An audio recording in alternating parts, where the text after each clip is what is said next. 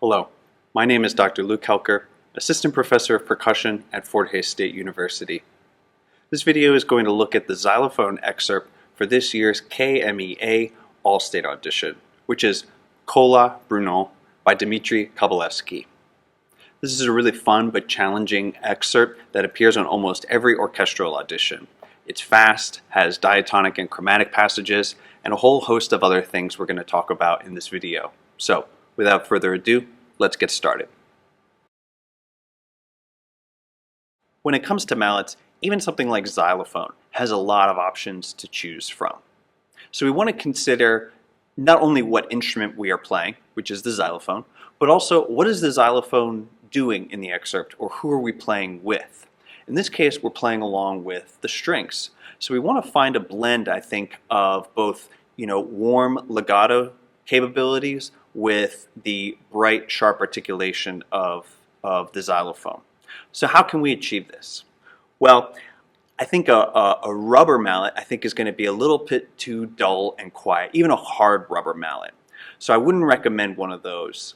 Instead, I would recommend something that's a little bit more plastic, or even a wood-topped mallet. Both of those, I think, are really, really ideal options. The wooden mallet will sort of attenuate some of the brighter, more piercing qualities of the plastic mallets to give it some warmth to it.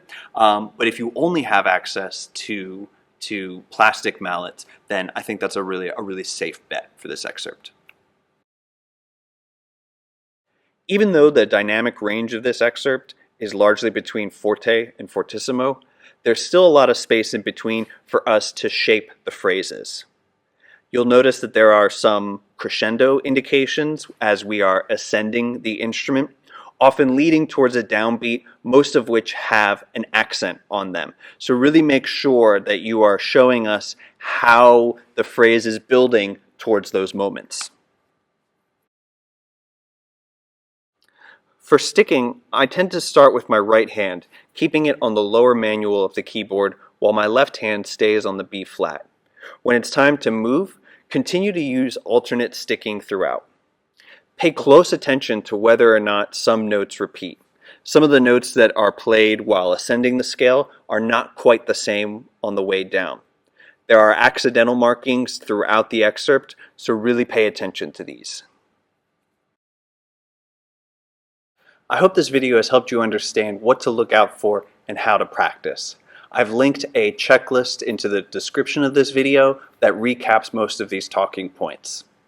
If you have any questions along the way, please don't hesitate to reach out.